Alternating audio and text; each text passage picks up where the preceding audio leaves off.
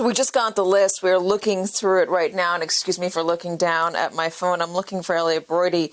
It is a long list so far. I have not seen his name. Here is Steve Bannon, so we can confirm this. Steve Bannon has been pardoned. President Trump granted a full pardon to Stephen Bannon. Prosecutors pursued Mr. Bannon with charges related to fraud stemming from his involvement in a political project. Mr. Bannon has been an important leader in the conservative movement and is known for his political acumen.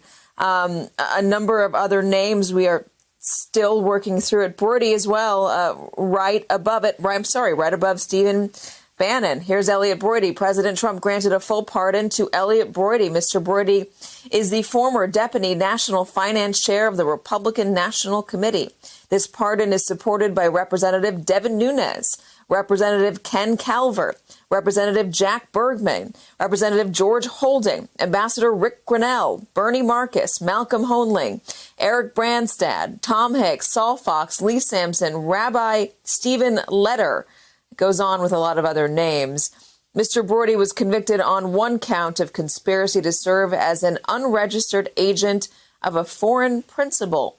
Mr. Broidy is well known for his numerous philanthropic efforts, including on behalf of law enforcement, the military, and veterans programs, and the Jewish community. So as we look through this list of names here, Neil, what would be definitively crossing the line? I mean, the president has broad pardon power. He can pardon whomever he wants. There's questions about pardoning himself.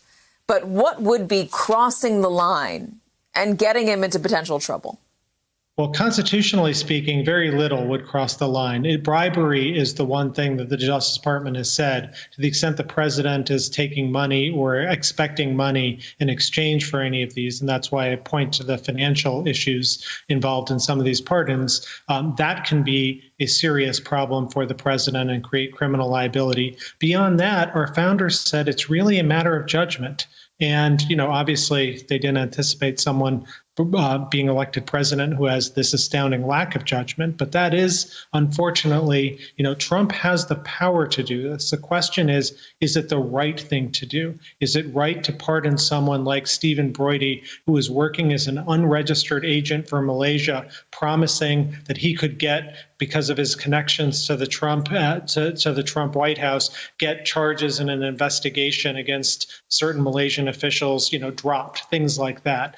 These are really bad, serious offenses. They're not, minor things. They're not, done because Broidy was a Republican or something like that. These are prosecutions brought by the Trump Justice Department, for God's sake. Even the one against Steve Bannon, the Trump Justice Department were the ones who were prosecuting Bannon. And now Trump is afraid to even let that go to trial. And so he doles out a favor to his friend in advance of trial.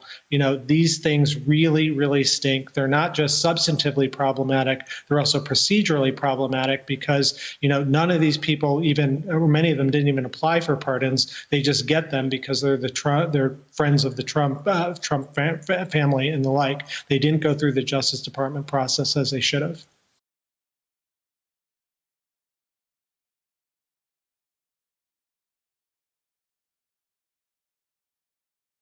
Hey, thanks for watching our YouTube channel. You should know that you can follow today's top stories and breaking news and catch up on your favorite MSNBC shows all in one place. Download the NBC News app today.